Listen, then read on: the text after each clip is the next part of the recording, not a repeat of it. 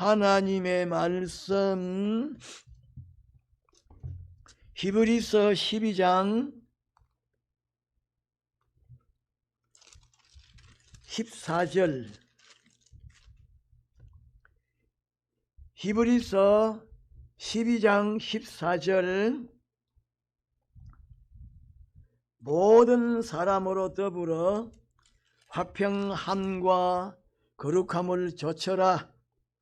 이것이 없이는 아무도 주를 보지 못하리라. 너희는 돌아보아 하나님 은혜에 이르지 못하는 자가 있는가 두려워하고 또 쓴 뿌리가 나서 괴롭게 하고 많은 사람이 이로 말미암아 더러움을 입을까 두려워하고 음행하는 자와 혹 한 그릇 식물을 위하여 장자의 명분을 판 에서와 같이 망령된 자가 있을까 두려워하라.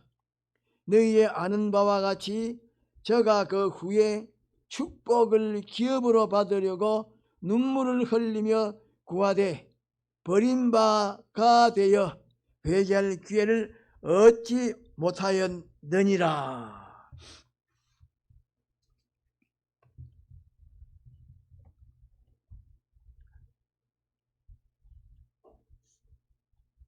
(14절에) 보면 모든 사람으로 더불어 화평함과 거룩함을 조쳐라. 이것이 없이는 아무도 주를 보지 못하리라고 말씀했는데, 화는 모든 사람과 자기와의 관계에 있어서 틈이 생긴 것을 찾아서 제거하고 틈이 생기지 않도록 하는 것인데, 이 화는 각 사람의 주관대로의 화를 말하는 것이 아닙니다.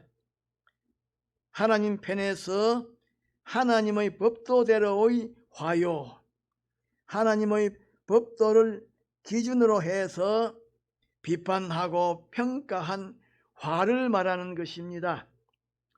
그런데 우리가 인인관계의 생활을 할 때에 많은 사람들이 자기의 사역적인 주관과 자유를 가지고 있기 때문에 불화가 되어 있는데, 그것을 제거하고 화목을 일으키려고 애를 쓰고 노력해도 현실적으로는 그것이 심히 어려운 것입니다.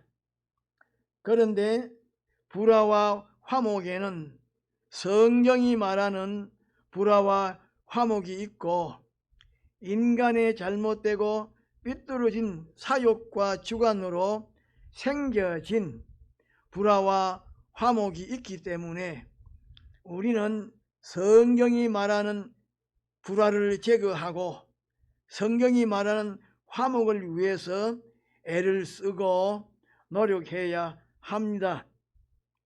그런데 우리가 모든 사람으로 더불어 화목을 가지는 데에 있어서 일반적으로는 먼저 진리를 세우고 그 다음에 화목을 가지지만은 어떤 경우에는 먼저 화목을 가지고 그 다음에 진리를 세우기도 하기 때문에 상황 판단을 결정해야 합니다.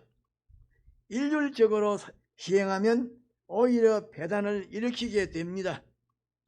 진리를 세우고자 하는 중심과 목적을 굳게 가지고 방편적으로는 화목을 먼저 취하는 것이 효과적입니다.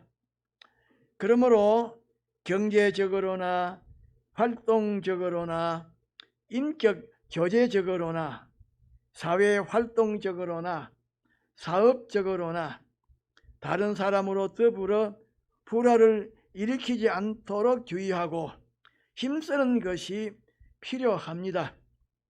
사람은 하나님의 형상대로 지으심을 받은 존재이기 때문에 사람에게 관한 것을 연구하고 사람에게 대하여 조심하고 사람과의 관계를 옳게 바르게 가지도록 힘쓰면 거기서 도덕과 지능을 얻게 되는데, 거기서 얻은 도덕과 지능은 하나님을 상대하고 관계를 가질 때에 많은 도움이 되는 것입니다. 그런데 이 사실을 무시하고 사람에게 대하여 조심하지 아니하고 연구하지 아니하고 힘쓰지 아니하면 자기 자신에게 대해서도 하나님에게 대해서도 무식하고 무능한 사람이 되고 마는 것입니다. 눈으로 볼 수 있는 사람과의 관계를 옳게 바르게 가지지 못하면 눈으로 볼 수 없는 하나님과의 관계를 옳게 바르게 가지지 못합니다. 사람을 사귀지 못하는 사람은 하나님을 사귈 수가 없습니다. 사람을 얻지 못하는 사람은 하나님을 얻지 못합니다.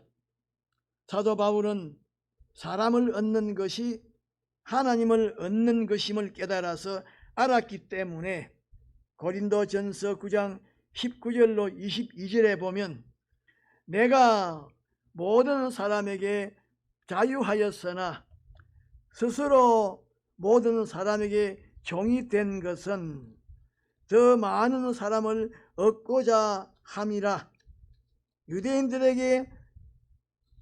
유대인들에게는 내가 유대인 같이 된 것은 유대인들을 얻고자 함이요, 율법 아래 있는 자들에게는 내가 율법 아래에 있지 아니하나 율법 아래에 있는 자같이 된 것은 율법 아래에 있는 자들을 얻고자 함이요,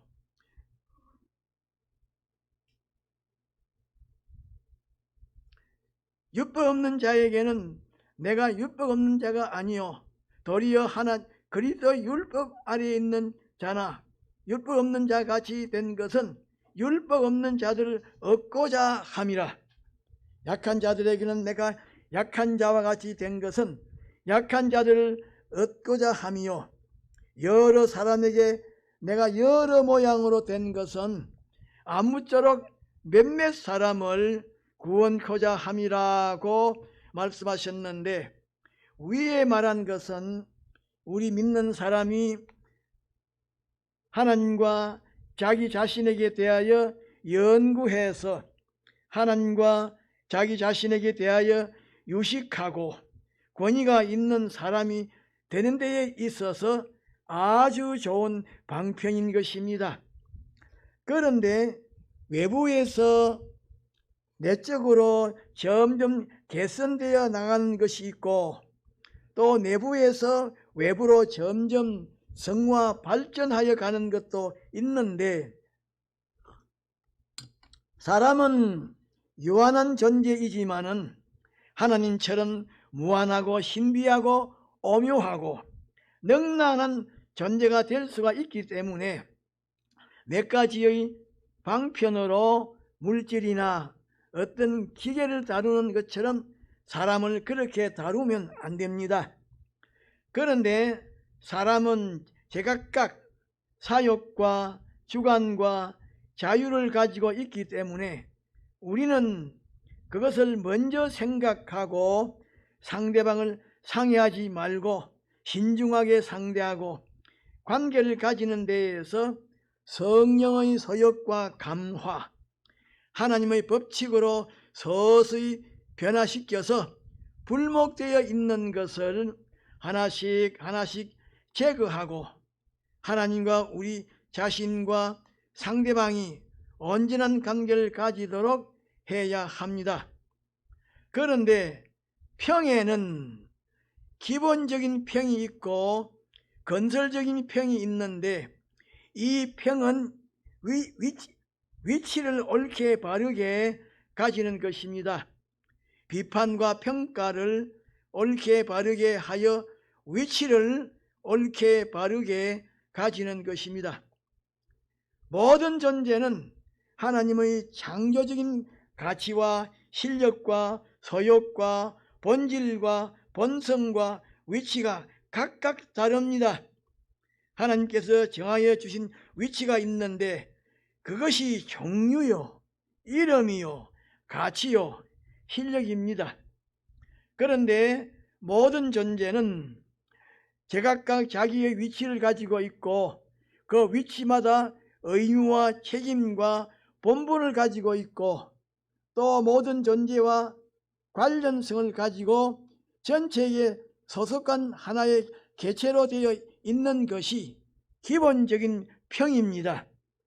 그런데 모든 존재가 자기의 위치를 지키지 않고 다른 존재에 대한 자기의 의무와 책임과 본분을 이행하지 않으면 자기 자체도 해를 입지만은 다른 존재에게도 해를 입히게 되고 모든 존재가 자기의 위치를 지키고 다른 존재에 대한 자기의 의무와 책임과 본분을 이행하면 자기 자체도 유익하지만은 다른 존재에게도 유익을 주게 되는 것입니다.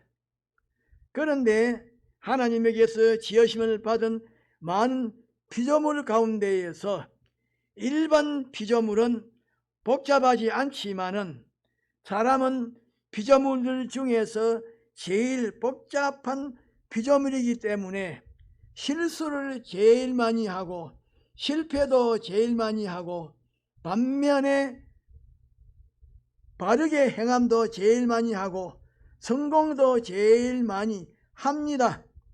그런데 하나님의 심판에 있어서 중점은 그 대상이 사람인데 하나님은 완전자시기 때문에 영원히 실수가 없고 잘못됨이 없고 착오가 없고 모든 면에 완전 무결하시지만은 사람은 다른 피조물보다 실수가 많고 착오가 많고 잘못됨이 많기 때문에 우리는 이 사실을 알고 실수와 착오와 잘못됨이 없도록 모든 면에 조심하고 옳게 바르게 행하도록 노력해야 합니다.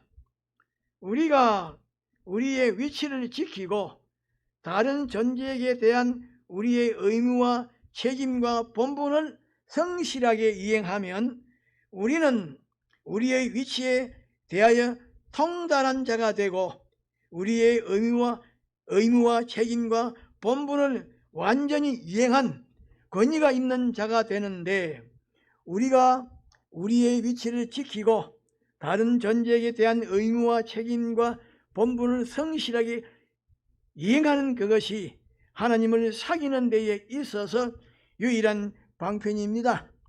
이것이 건설적인 평이요 우리 자신을 능력 있게 하는 것입니다. 그런데 거룩함을 좇으라고 하신 말씀은 구별하고 구별해서 하나인 참에 도달하라. 자기와 다른 사람과의 관계를 구별하고 구별해서 온전함에 도달하도록 하라고 하신 말씀인데 우리 믿는 사람에게 대해서도 구별해야 되지만은 다른 사람 외의 사물에 대해서도 구별함을 좇아야 합니다. 구별해야 합니다. 물질도 하나님의 형상대로 지으심을 받은 사람과 관련되어 있고 사람에게 소속되어 있기 때문에 사람과 올바른 관계를 가지지 아니하면 물질은 죽은 물질인데 죽은 물질이라고 하는 말은 사람이 영생의 구원을 이루는 데에 아무런 유익을 주지 못하는 무용지물이라고 하는 말입니다. 그런데 물질이 아무리 중요하다고 해도 사람보다 위에 놓고 물질을 중점적으로 다루는 그것은 선의적으로 잘못된 것입니다. 또 물질을 하나님보다 위에 놓고 물질을 중점적으로 다루는 그것도 선의적으로 잘못된 것입니다. 그러므로 선의적으로 옳고 바른 것은 제일 위에는 하나님이요 그 다음은 사람이요, 그 다음은 일이요, 그 다음은 물질인데, 유물주의는 물질을 제일 높은 위치에 올려놓고 섬기고 따르는 주의입니다. 그러므로 우리는 1차적으로 모든 사람으로 거룩함을 좇아야 합니다. 우리가 상대하고 관계를 가지는 사람에게 대하여 구별해서, 다시 말하면 옳게 바르게 비판과 평가해서 멀리하는 사람은 멀리하고 가까이 하는 사람은 가까이 하여 취급하고 상대하고 관계를 가지고 작용해야 합니다. 그렇게 하면 하나님과 옳고 바른 관계를 가지게 됩니다. 이 순서를 밟지 아니하면 하나님과 옳고 바른 관계를 가지지 못합니다. 그런데 이방인들의 도덕과 예의와 법도는 지극히 외부적인 면을 다루어서 그들대로의 질서를 유지하려고 세운 것인데, 그것도 사람이 이 세상에서 살아가는 데에 있어서 필요합니다. 우리 믿는 사람은 그것을 무조건 무시하면 안 됩니다. 사람의 죽은 영, 사람의 죽은 심신이 더듬어서 만들어 놓은 이런저런 구변과 질서를 지키지 못하는 사람이라고 하면 하나님께서 세워놓으신 법도를 지키는 지도자가 될 수가 없습니다. 그러므로 우리를 성령하신 것은 자유하는 자가 되게 하기 위함인데, 이 자유는 평가적인 자유요, 권위적인 자유요, 모든 존재에게 끓이키지 아니하는 자유요, 모든 존재가 환영하고 찬성하는 대상이 되어지는 자유인데, 이 자유에 대하여 옳게 바르게 깨닫지 못하고 이 자유성을 가지고 악을 행하는 데에 이용하는, 이렇게 자유를 오용하고 악용하여 이방인이 세운 법도와 제도까지 벗어나는 그런 악한 사람이 되면 안 됩니다. 그런데 우리 믿는 사람은 치우치면 안 됩니다. 어떤 사람은 하나님 편으로 치우쳐서 실패하고, 어떤 사람은 사람 편으로 치우쳐서 실패하는데, 치우치는 것은 죄입니다. 오늘에는 내부보다 외부에 주력하고 질보다 양에 주력하고 신적인 요소보다 인적인 요소에 주력하고 천국적인 요소보다 세상적인 요소에 주력하기 때문에 타락으로 점점 깊어지고 있는 것입니다. 그런데 15절 상반절에 보면 너희는 돌아보아 하나님의 은혜에 이르지 못하는 자가 있는가 두려워하라고 말씀하셨는데, 너희는 돌아보라고 하신 말씀은 너희는 서로를 돌보고 계속적으로 지켜보고 서로 단속하라고 하신 말씀인데, 돌아보아야 하는 것은 인간 성공은 자기 단독으로 되는 것이 아니고 모든 사람으로 더불어 되는 것이기 때문에, 또 모든 사람의 성공과 실패가 자기의 성공과 실패이기 때문입니다. 그런데 하나님의 은혜에 이르지 못하는 자가 있는가 두려워하라고 하신 말씀은 자기가 생각이나 말이나 행동이나 경영이나 활동을 잘못함으로 다른 사람으로 하여금 하나님의 은혜에 이르지 못하게 될까 해서 생각이나 말이나 행동이나 경영이나 활동을 옳게 바르게 참되게 하라고 하신 말씀입니다. 또 15절 하반절에 보면 또 쓴 뿌리가 나서 괴롭게 하고 많은 사람이 이로 말미암아 더러움을 입을까 두려워하라고 말씀했는데, 여기에 말씀하신 썬 뿌리는 썩고 독이 있는 열매를 내는 것으로 잘못되고 삐뚤어진 교훈과 사상과 운동을 말하는데, 이 썬 뿌리가 당사자에게는 고통을 주고 제3자에게는 더러움을 입히는 것입니다. 더러움은 하나님과 진리에게서 멀어지게 되는 것을 말하는데, 하나님의 백성은 하나님과 진리에게서 멀어지는 거기에 관하여 안타까움을 느껴야 하고, 하나님과 진리에게 가까워짐에 관하여 가능성을 가져야 하고, 또 하나님과 진리에게서 멀어지지 않도록 항상 주의하고 가까워지도록 노력해야 합니다.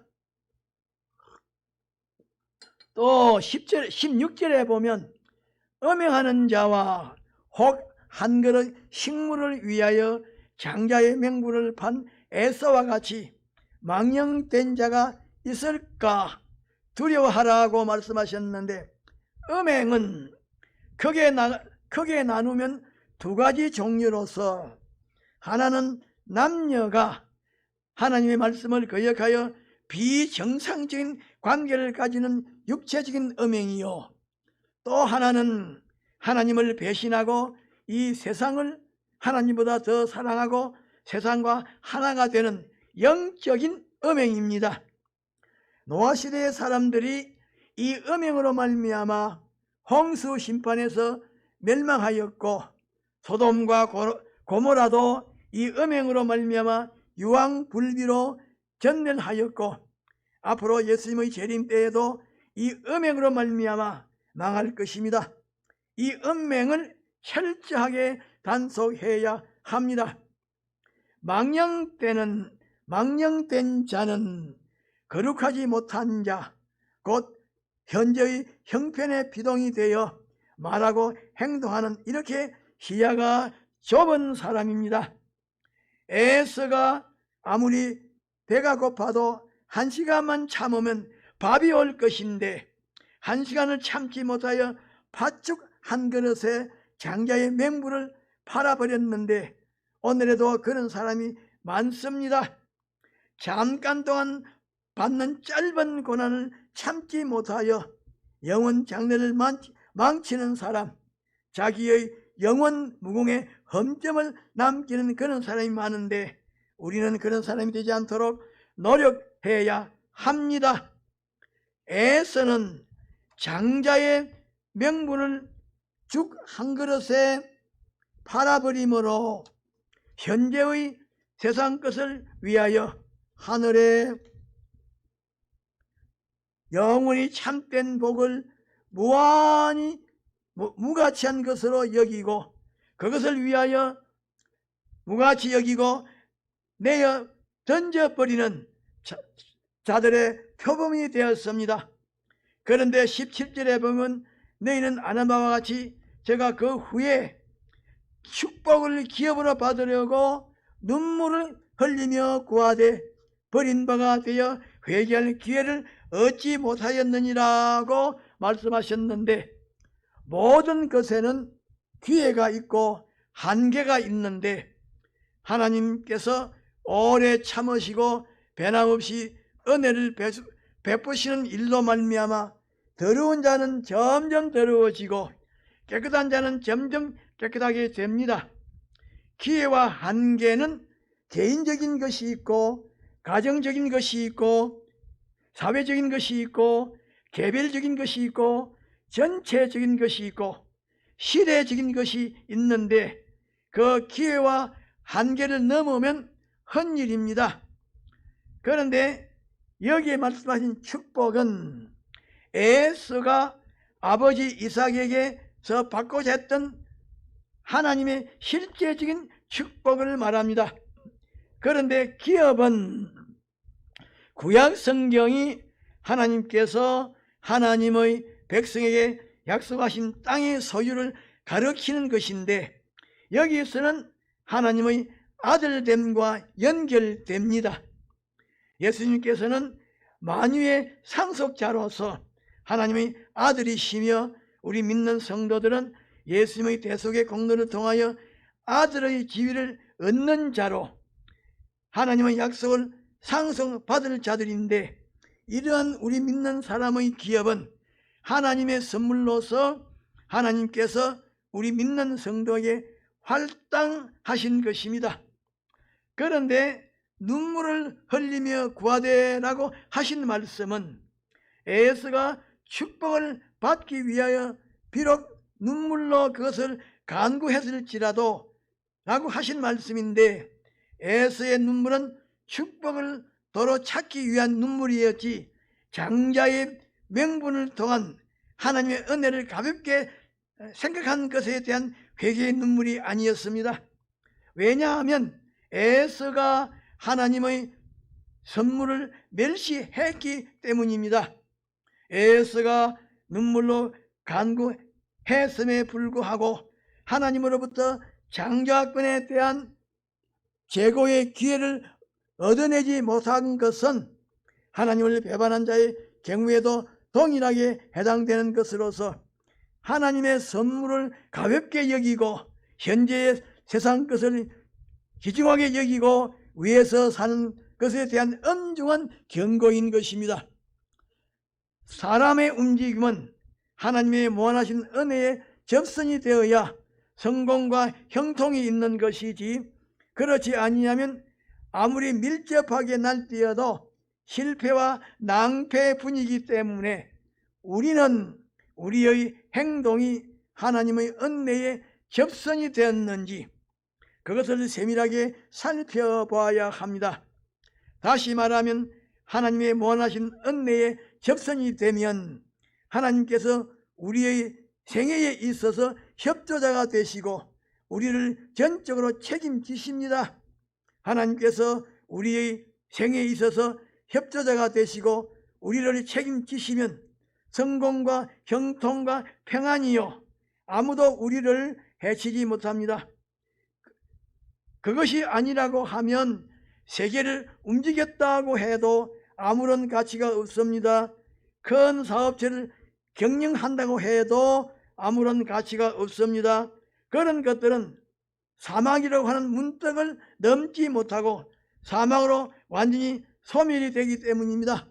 그러므로 우리는 에서처럼 잠깐 동안 받는 짧은 고난을 참지 못하여 영원 무궁을 망치는 사람이 되지 말아야 합니다. 우리의 영원 무궁에 흠점을 남기지 말아야 합니다. 영혼을 맞이할 때 후회함이 없게 해야 합니다. 다 같이 통수로 기도합시다.